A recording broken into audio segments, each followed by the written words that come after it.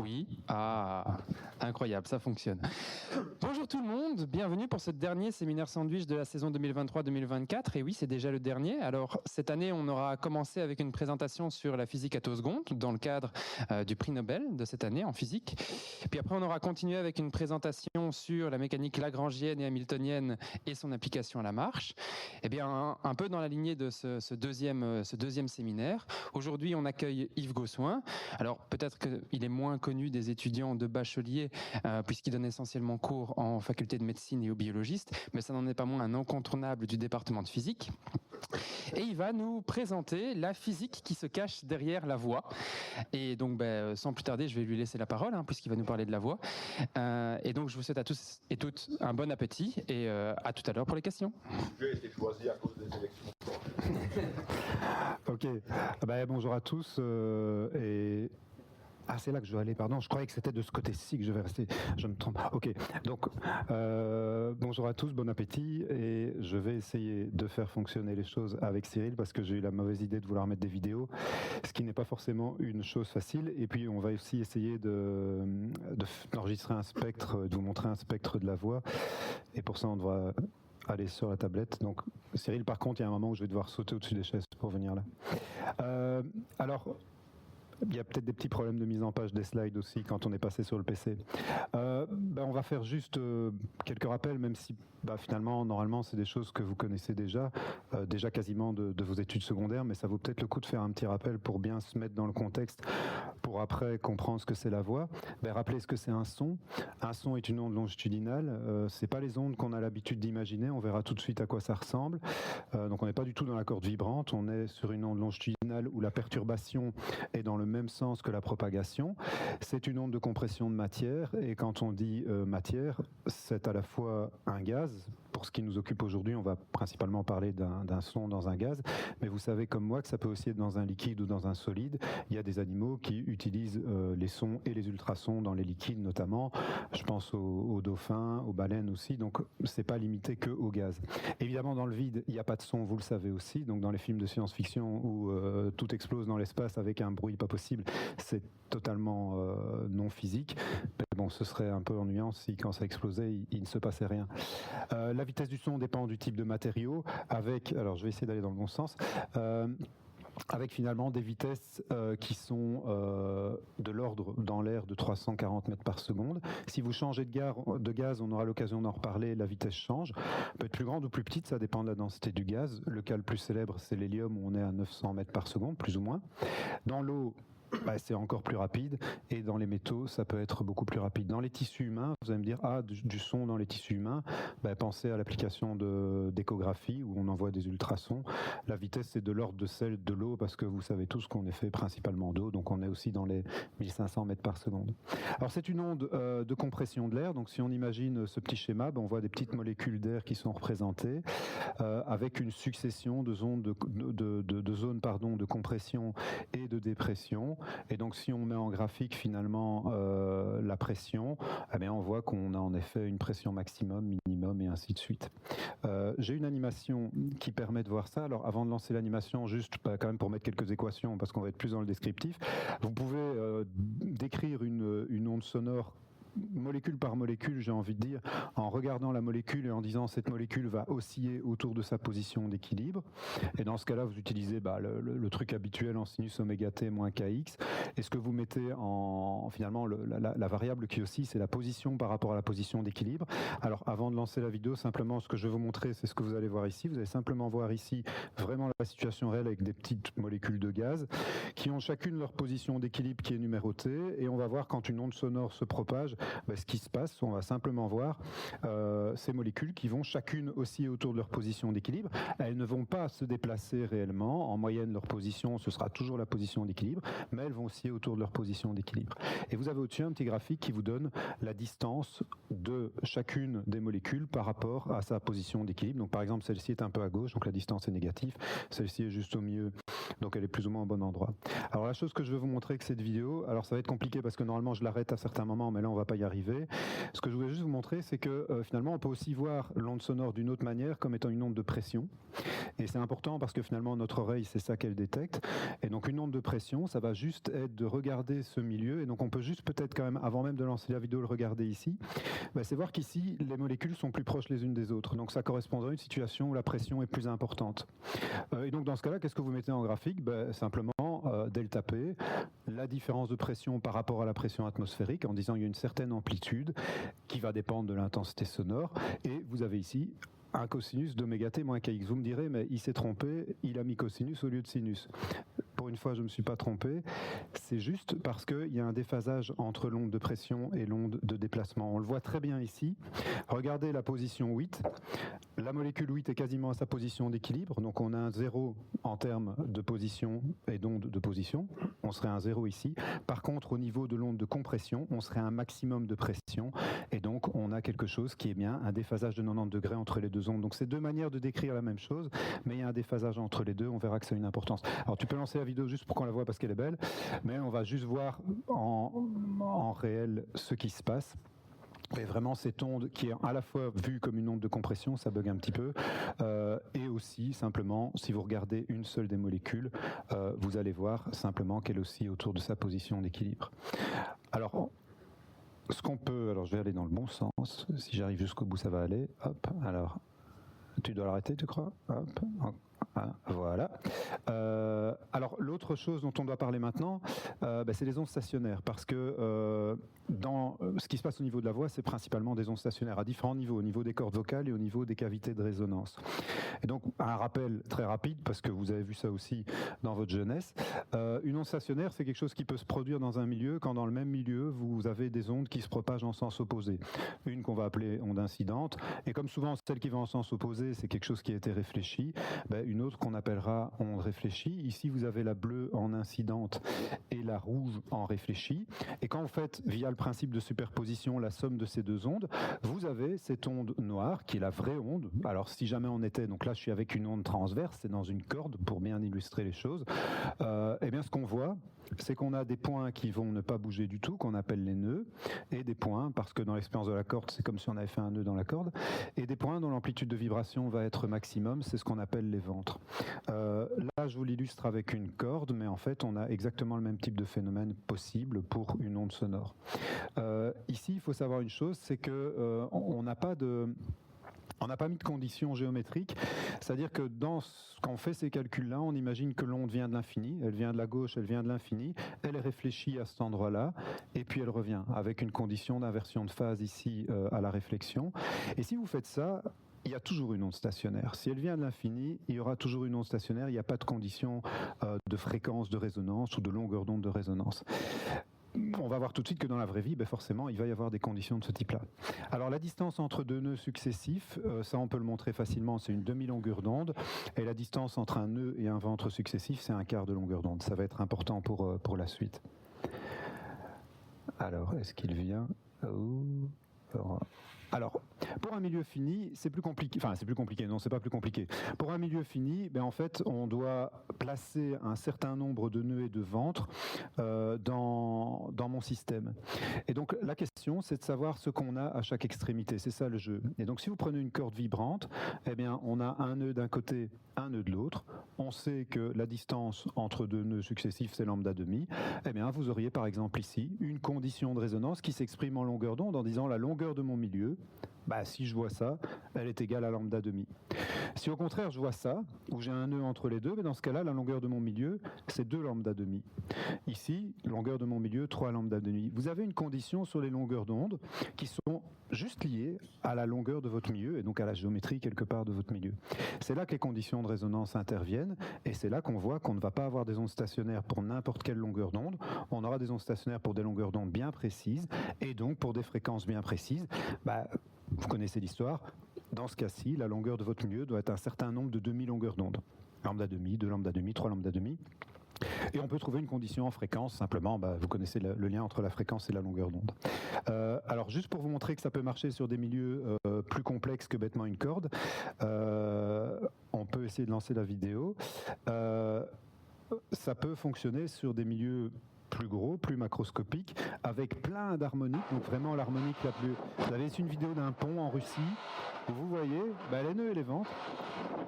On voit clairement, alors il y a même une modification de nœud et de ventre dans ce cas-là, et là vous devinez aussi, donc on connaît tous la vidéo du pont de Tacoma, qui est un truc où c'était vraiment un mode énorme. Là ils ont réussi à éviter le mode de départ, les premières harmoniques, mais visiblement n'ont pas réussi à éviter les harmoniques plus hautes, et donc je ne sais pas combien on a de nœuds et de ventre, mais on a un système qui est en résonance aussi. On peut la couper. Oups, pardon. Alors, ça c'est une des possibilités.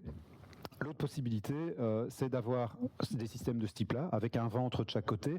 Vous avez compris, ça ne change pas grand-chose, comme la distance entre deux ventres successifs, ça va être aussi une demi-longueur d'onde, ça ne change rien à la condition de résonance. Et puis, ce qui nous intéresse potentiellement pour la suite, c'est aussi d'autres conditions qui sont possibles. Ça dépend du système et des contraintes du système. Vous pouvez avoir un nœud d'un côté et un ventre de l'autre. Et dans ce cas-là, la condition, c'est une condition que moi j'appelle en lambda sur 4, en disant, comme vous savez que cette distance-là, c'est lambda sur 4, eh bien vous aurez une possibilité d'avoir L égale à lambda sur 4, où L égale à lambda demi, ici, plus lambda sur 4, ça fait L égale à 3 lambda sur 4. Ici, vous aurez lambda demi, plus lambda sur 4, ça fait L égale à 5 lambda sur 4. Comme dans le cas précédent, on a une condition sur la longueur d'onde, avec cette équation-ci, qui me donne donc une condition sur les fréquences. Donc ce que vous devez retenir de ça, c'est que finalement, dans un milieu, on peut avoir des ondes stationnaires, mais pas pour n'importe quelle fréquence quand le milieu est fini. Et les fréquences qu'on va observer, d'abord, il y en a une infinité quand même, mais ce n'est pas n'importe quelle fréquence, ça va être un certain nombre de multiples. Et en plus, ça va dépendre des conditions aux extrémités de notre système.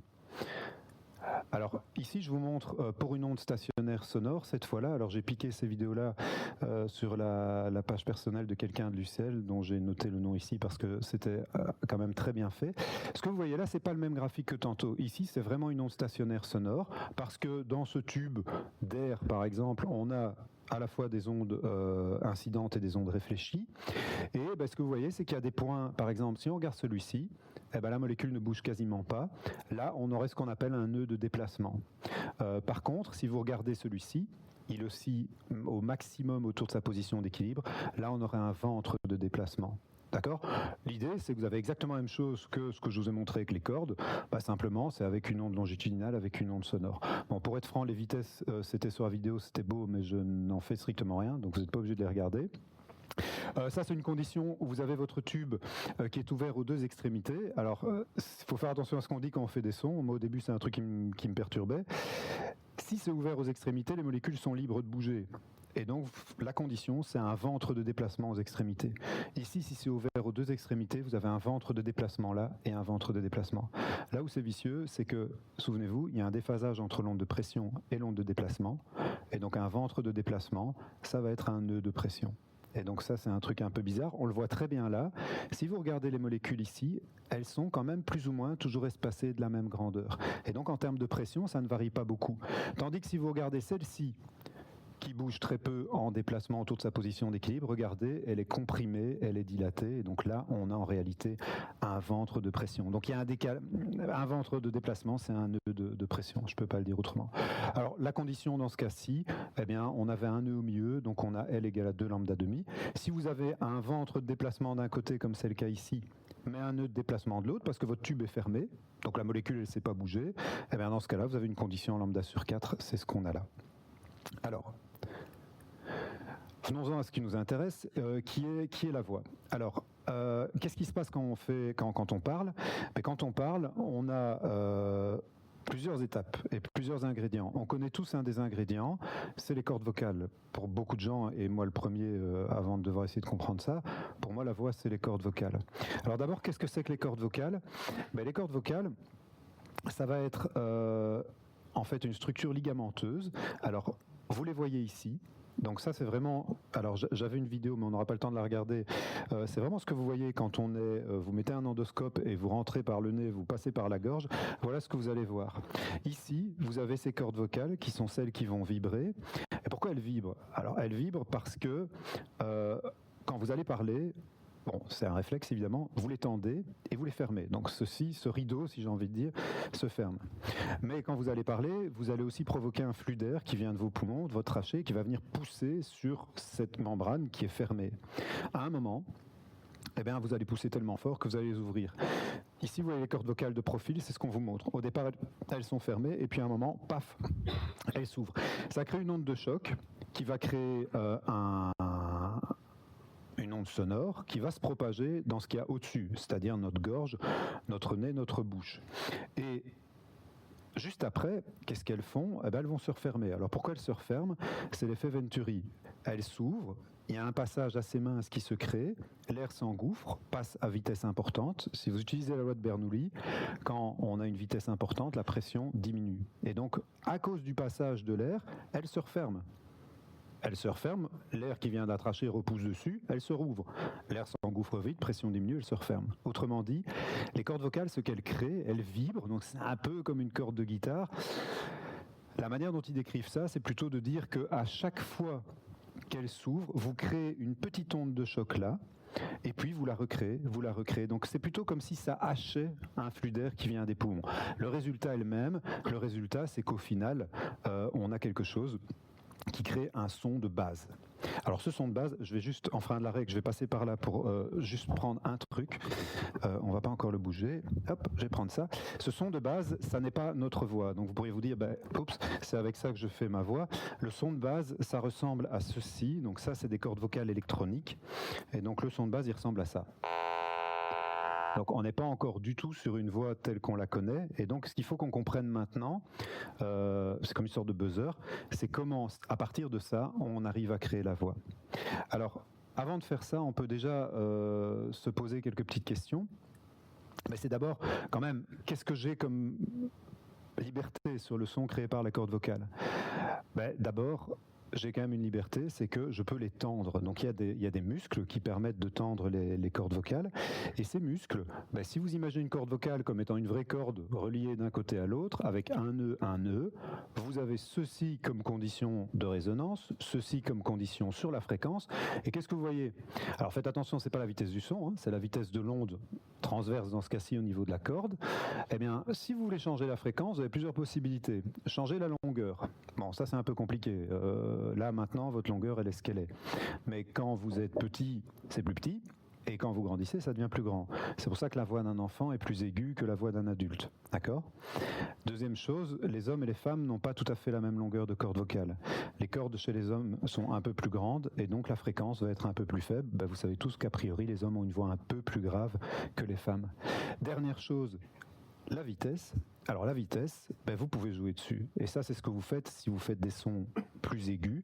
Vous allez en réalité tendre vos cordes vocales. Donc qu'est-ce qui fait la différence entre un soprano et un chanteur de basse dont je ne sais pas exactement comment ça s'appelle ? C'est la manière dont ils vont tendre ou entre guillemets détendre leurs cordes vocales, parce que quand vous tendez, la vitesse devient plus grande. Et si la vitesse devient plus grande, la fréquence devient plus grande. Donc il y a quand même des choses qu'on peut changer au niveau des cordes vocales, mais ça va quand même rester quelque chose de ce goût-là. C'est-à-dire un son pas très reconnaissable.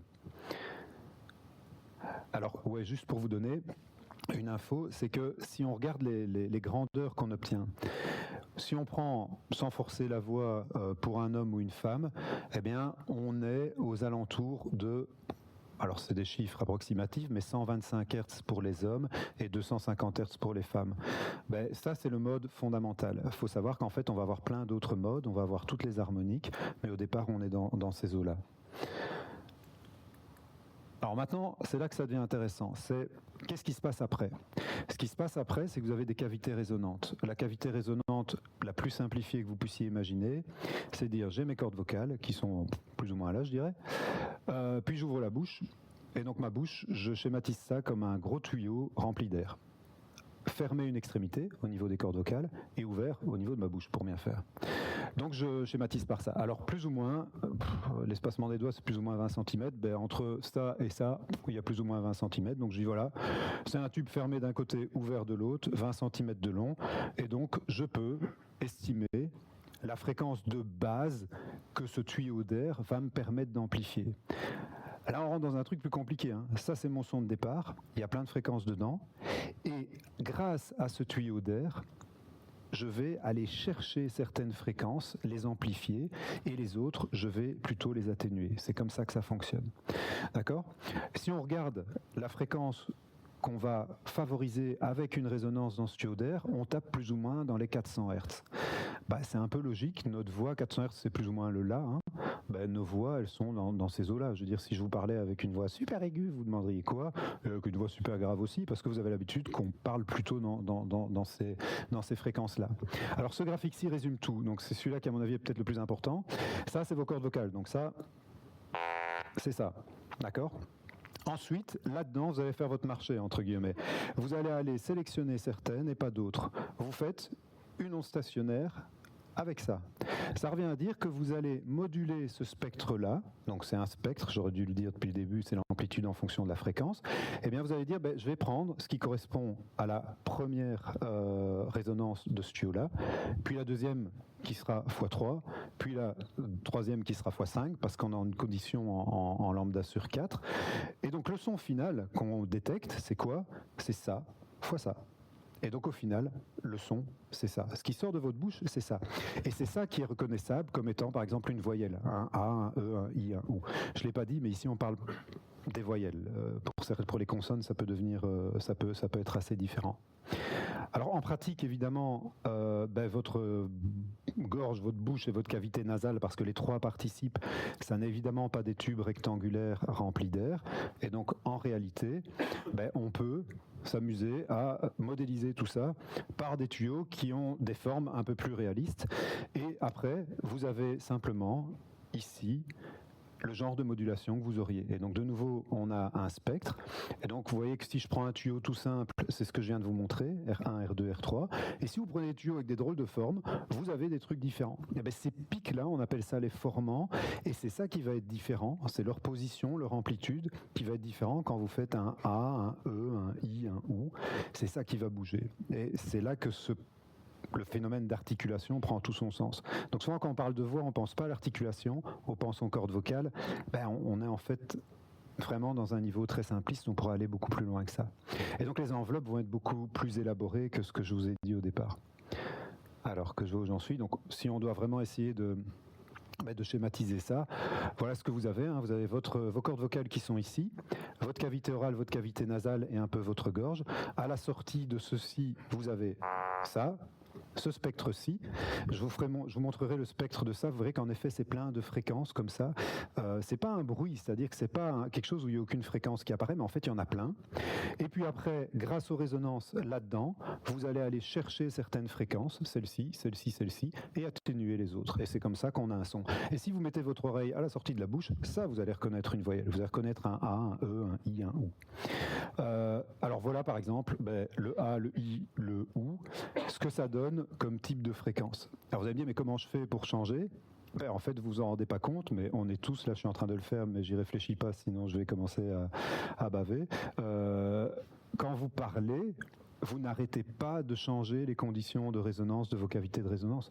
Vous bougez votre langue par rapport à votre palais, vous ouvrez fort votre bouche, moins votre bouche, et c'est exactement ça qu'on a. Quand vous faites un I, essayez de faire un I dans votre tête, enfin dans votre bouche et dans votre tête. I, votre langue va plutôt aller se mettre proche du palais. A, ça va plutôt être ouvert. A. D'accord, vous éloignez la langue du palais.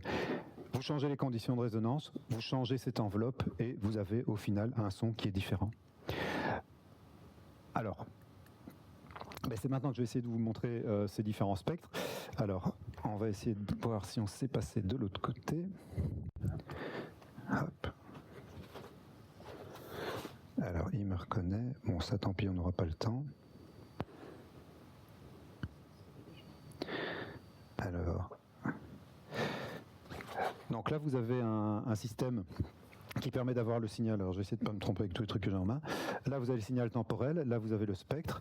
Et donc, ce qu'on va faire, c'est qu'on va juste écouter certains sons et voir le spectre en direct. Alors, c'est pas une qualité du feu de Dieu, mais on va quand même essayer. Alors, peut-être d'abord, le premier truc qui est intéressant, c'est ces fameuses cordes vocales électroniques. Après, je vous montrerai à quoi elles servent d'un point de vue médical.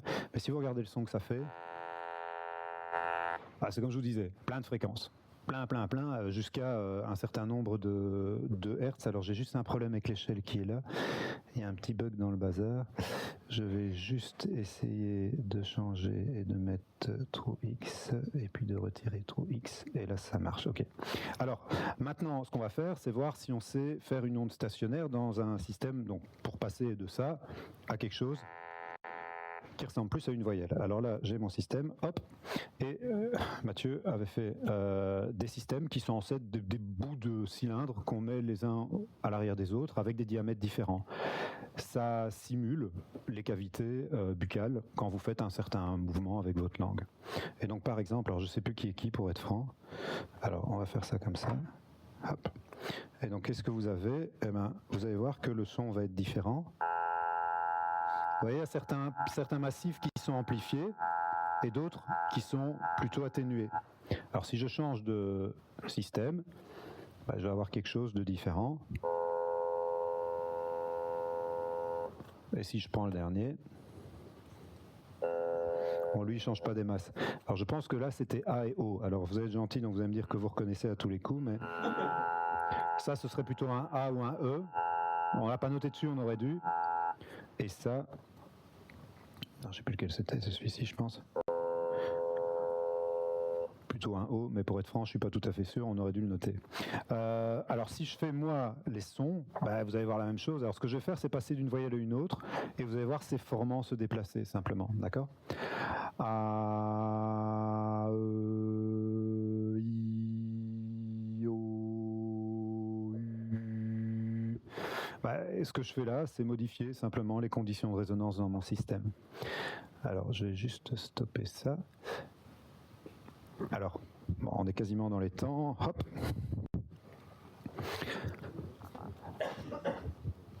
Donc, vous voyez que finalement, ce qui fait, si on réfléchit en termes un peu sociologique, j'ai envie de dire, c'est même pas sociologique, je sais pas comment on peut le dire, le fait que les hommes puissent, les hommes et les femmes par ailleurs, aient pu se développer plus que d'autres espèces, c'est intimement lié au fait de pouvoir communiquer. Le fait de pouvoir communiquer, ça veut dire que vous êtes capable de créer des sons riches. Mais tout ça, c'est l'articulation, c'est pas les cordes vocales. Les cordes vocales, elles vous donnent la base, mais l'articulation, c'est vraiment la base de la différenciation de toute une série de sons. Et donc, grâce à ça, on peut communiquer. Alors, je vais garder le meilleur pour la fin. D'abord, donc, Claude demandait qu'est-ce qui se passe quand, il n'y a pas si longtemps d'ailleurs, il y a même très peu de temps, qu'est-ce qui se passe quand on prend de l'hélium ? Vous connaissez tous l'expérience, hein, on respire de l'hélium et puis on parle de manière très aiguë. Alors j'ai souvent dit des conneries par rapport à ça, parce que quand on présentait Histoire d'onde, je le faisais très simpliste, je n'étais pas encore tout à fait au courant de ces trucs-là. C'est pas simple en fait. C'est pas simple parce que votre spectre de cordes vocales reste le même. Hélium ou pas hélium, à la sortie de vos cordes vocales, vous avez cette vibration qui se fait à toute une série de fréquences, ça va rester. Par contre, ce qui se passe, c'est que votre condition de résonance, en longueur d'onde, elle reste la même. C'est pas ce que vous prenez de l'hélium, c'est pas comme dans les visiteurs, votre gorge ne s'allonge pas, d'accord ? Donc vous avez toujours cette même longueur qui est gardée là, de 20 cm. La condition en longueur d'onde est la même, mais n'oubliez pas que nous, ce qu'on va regarder, donc cette condition-là est la même. Mais la fréquence, elle est donnée par cette formule-là, elle fait intervenir la vitesse. Comme la vitesse change, la condition de résonance dans vos cavités buccales, nasales et autres, elle est shiftée. Donc vous ne changez pas ça. Vous changez la position de ces différents pics et vous les shiftez vers les hautes fréquences. Et donc au final, votre spectre, il va être shifté de cette manière-là. Souvent on dit la fréquence des cordes vocales change. Non, elle ne change pas. C'est celle que vous allez chercher qui ne va pas être la même. Alors là, on peut mettre la vidéo pour voir ce qui se passe quand on prend de l'hélium à la place de l'air. Ah, vous connaissez, hein. Promise to show you something really cool as long as you promise not to try it at home, okay? Okay. Now, everyone wants to know why my voice sounds higher when I inhale helium. Vous connaissez l'idée, vous l'avez déjà entendu. Alors on peut l'arrêter, on va passer à un cas différent que Francis Michel à l'époque voulait absolument faire. Je me souviens que Francis voulait absolument le faire. Tu peux la couper et on va aller chercher la slide d'après. Et donc vous pouvez, là on est parti sur un gaz où la densité était plus petite que celle de l'air. Souvenez-vous quand vous aviez un ballon à l'hélium que vos parents avaient payé très cher, si vous le lâchiez, il s'envolait, vos parents n'étaient pas contents et vous pleuriez. La vitesse du son est reliée à la densité, donc densité plus faible, vitesse plus importante, 900 on avait dit. Mais on peut passer à un autre gaz qui est un gaz où la densité est plus grande que la densité de l'air, la vitesse dans ce cas-là est plus petite, et dans ce cas-là, le son, exactement avec le même phénomène, les fréquences qui seront amplifiées par les cavités buccales, la cavité buccale et nasale, ça va être des fréquences plus petites. Et donc vous shiftez vos formants plutôt vers la gauche, et comme vous shiftez vos formants vers la gauche, votre son va paraître plus grave. Alors un des gaz, c'est l'hexafluorure de soufre, il y en a d'autres. Alors j'ai trouvé cette vidéo hier parce que j'en avais une autre, mais celle-ci est plus parlante, alors j'espère qu'elle va marcher, c'est peut-être de voir si ça marche. Ah, évidemment.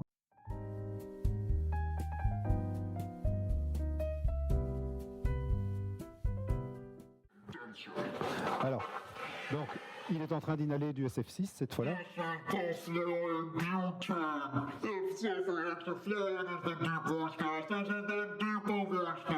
Bon, il est un peu... voilà. Voilà, ça on le voit moins, on le fait moins par chez nous, mais ça pourrait être intéressant à faire avec des étudiants. Alors on peut peut-être couper parce qu'en fait il y a un moment il n'arrête plus. C'est pas si anodin que pour l'hélium parce que le gaz est plus dense que l'air. Et donc il reste dans vos poumons. Et donc à un moment il dit ah oui, je continue à parler et vous voyez qu'il commence à devoir expirer. Ben oui, forcément, parce que sinon il pourrait étouffer sans s'en rendre compte parce qu'il a un gaz qui ne contient pas d'oxygène forcément dans les poumons. Et donc là il faut vraiment faire un effort pour l'expirer. L'hélium, si vous avez déjà essayé, quand vous riez, vous ouvrez la bouche, forcément l'hélium s'en va et vous reparlez normalement. Alors je dois finir avec une chose. Donc là j'ai plus ou moins fini, mais je dois finir avec une chose. Je voudrais juste vous montrer quelque chose qui est, oui, bon, j'avais prévu des trucs sur les oreilles au cas où on n'en a pas besoin. C'est à quoi sert ce dispositif-ci ? C'est pour les personnes qui ont des problèmes aux cordes vocales et qui ont des cordes vocales qui ne fonctionnent pas. Si ce que je vous ai dit est correct, finalement, le point important, c'est l'articulation.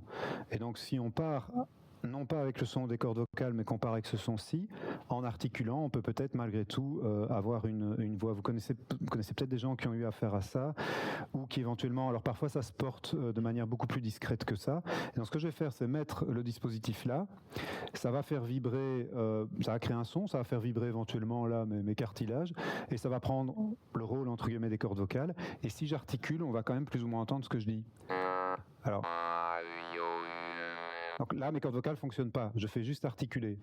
Bonjour, je m'appelle Yves. Non, je sens pas bien. Alors, je vais essayer de le mettre un peu mieux. Voilà, j'espère que les ennuis j'étais bon. Voilà. Vous voyez, donc évidemment, ça peut se faire, ça peut se même faire in situ avec le petit dispositif qui est là. Mais pour moi, c'est la meilleure démonstration que c'est l'articulation qui est quelque chose de très important au-delà des cordes vocales. Voilà, j'ai même un peu dépassé mon temps. Donc merci de votre attention.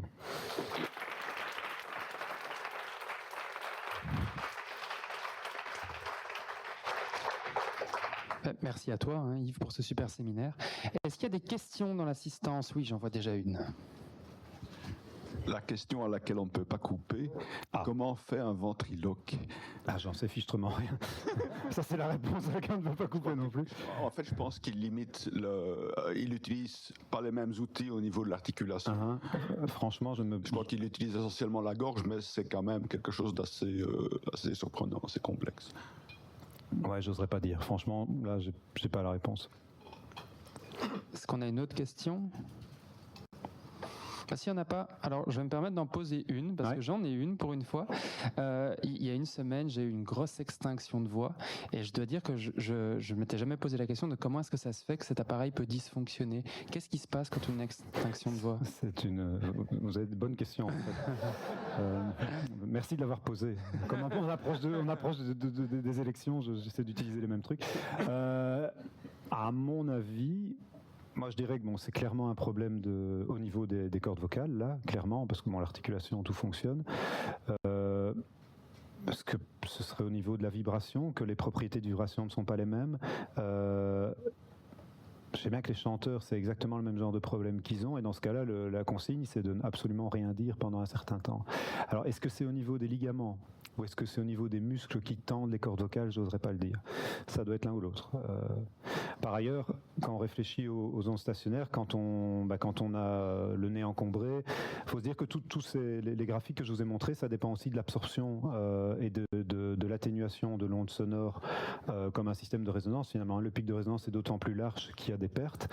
Et donc, la nature des cavités résonantes est importante aussi. Et c'est pour ça que quand vous avez la gorge enrouée, votre voix change aussi en partie à cause de ça. Ah bah oui, là tu changes les conditions de résonance dans une des cavités. On remplace un ventre par un nœud. Alors, moi, j'espère que ma question elle sera plus simple.